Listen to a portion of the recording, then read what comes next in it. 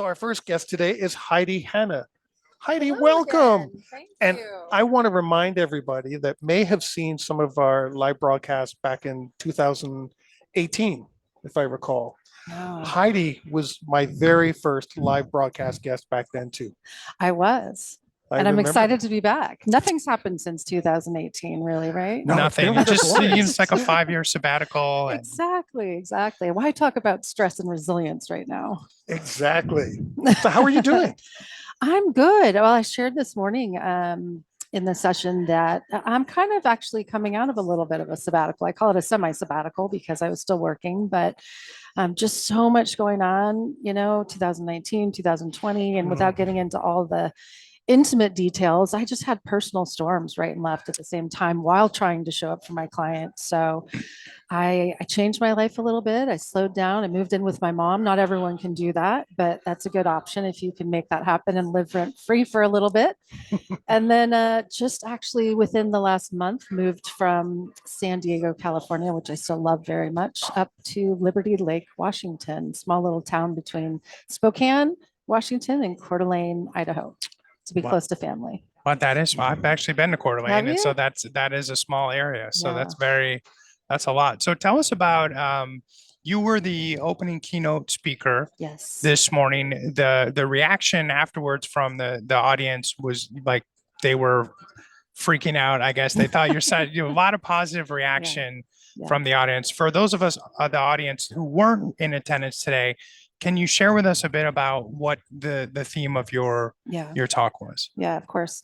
Well, thank you for sharing positive feedback. And to me, probably one of the best things I hear from people, and I was grateful to hear this a few times this morning, was I really didn't want to be there, but I'm so glad I did. And I felt like you were talking to me.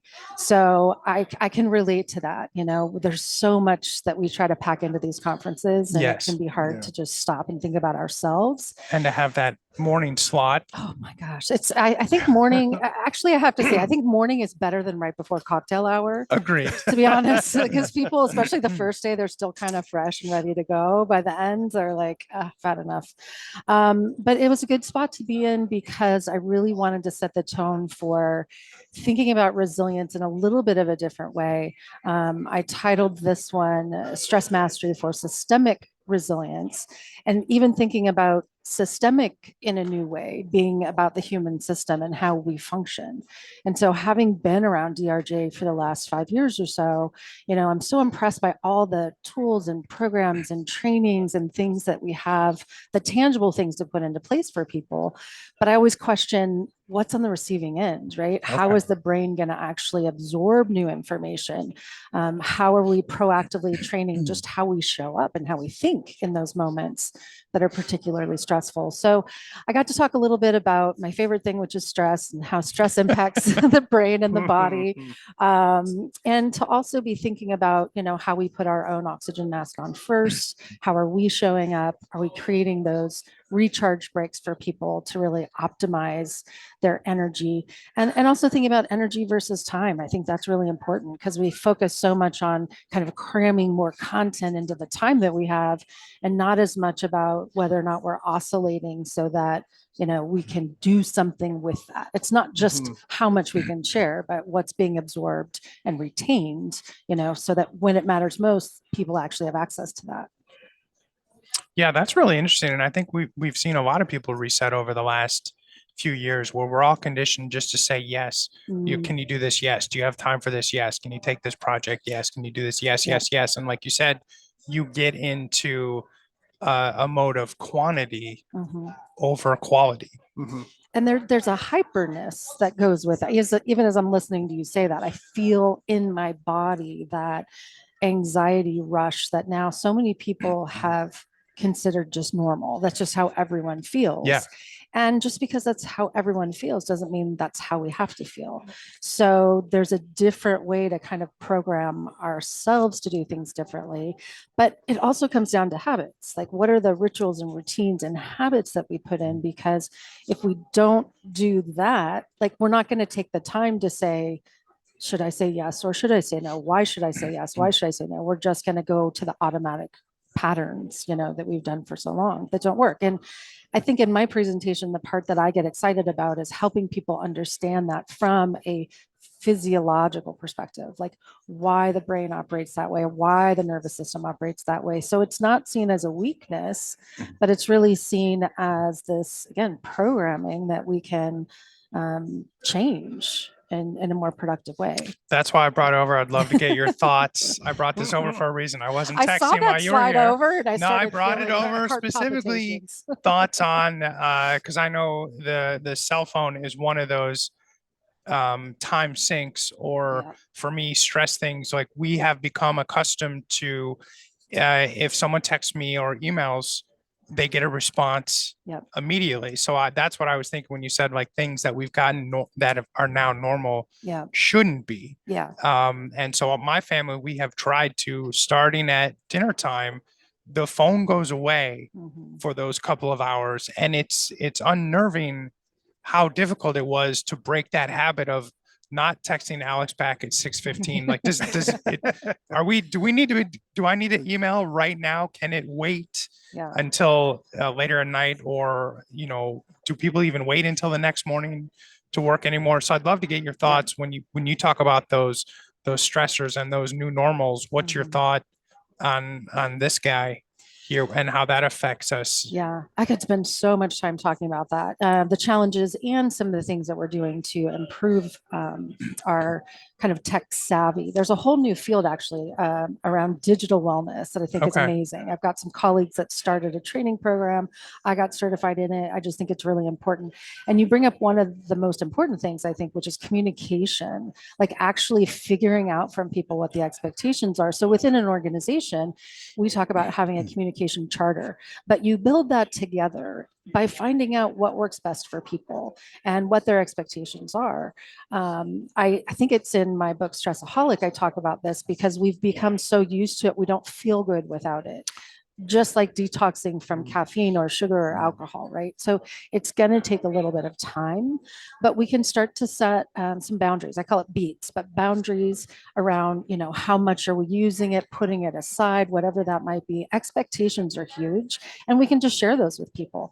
I have people I know I'm going to hear back from within 30 seconds. My dad's one of them. Like he's just constantly, and then tells me to relax. I'm like, hello, I learned it from you.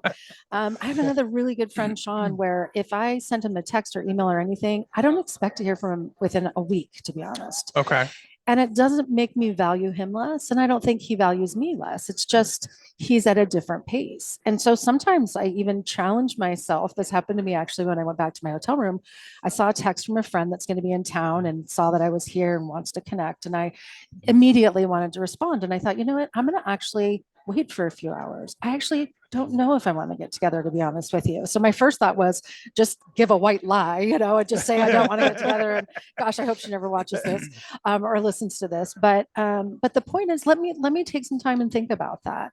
Obviously, for parents, they're kind of working in a different time frame where they feel like there could be emergency situations that they need to get back to. So I'm always understanding of that. But even within our devices, there are systems in place that can help us to monitor those. For me, if I'm going on stage or if I'm here and I want to be with people, I just put mine in airplane mode. Yes. That way I know nothing's coming in. It'll still be there. And then we're focused time to do what we need to do there, but we're not looking. And unfortunately, even as you slid that phone over, I mean, you guys are managing a lot of things, so I didn't take it personally. But if you're having a conversation with someone and they're checking, so I shouldn't be like this checking. While we're talking. People will say in presentations, they'll have their laptops up, and I'm like, what am I doing wrong, right? And then they'll say, well, I'm taking notes. But you know what? I sit in the back of the room a lot of times and watch. They're not taking notes. They're on social media. They're checking in for their flight. And again, all of those things are fine, but we do them so automatically without realizing that our entire nervous system is being hijacked by that, and not just yours, but the people around you. So it's very contagious. If one person checks, even if it's on vibrate, if you feel the vibration, see the vibration. Or so, all- yeah, it's everyone's like, what am I Pavlovian, yeah. missing? What am I missing? So I think that's a huge, huge component is having the conversations, establishing boundaries, even expectations on when should people get back. There Yeah. could be certain hours of the day that I say, hey, I'm available, to respond within an hour. And other times where I say it's going to be 24 hours or whatever that might look like. Now, is that part of the communication charter that you mentioned? It is. And it's one of my favorite things because it really goes through, if you're working with a team, each person's preferred communication styles. I mean, the challenge right now is we also have so many platforms. So I'm like, Yes. okay, I'm not doing another platform. I can't check all of those, right? So if you really, it's kind of like 1, 2, 3. Quickest one is text. And by the way, don't actually do this. Don't text me. No, the fastest is text. Second is probably email for me, and third Okay. is phone call. I don't answer the phone unless I have an appointment or it's a family member. That's just a rule for me because I don't know. I'm I'm the not same way. prepared. I'm not. Yeah. And Yeah. what made you decide to do that, Alex? I think it had to do with a lot of unnecessary phone calls. Yeah. Like, we need to talk about this 10 minutes on the phone, and half of it's you're telling me about your dog. You could have Right. sent me one sentence via text. Yeah. And you don't want to be So- rude and cut people off, Yeah, but that's kind of yeah, how I yeah. feel is we're going to do the, nice congeniality things that are nice to do for me. I'd rather do those in person anyway. But when you need to get something done, let's just kind of get it done. And so how do you factor in generational gaps with that? So I find my friends and family who are 55 and older Mhm. are going to call me. Yeah. And if they're 20, 30 and younger, it's going to be text. Like Yeah. not 100%, but it does seem for me to break along.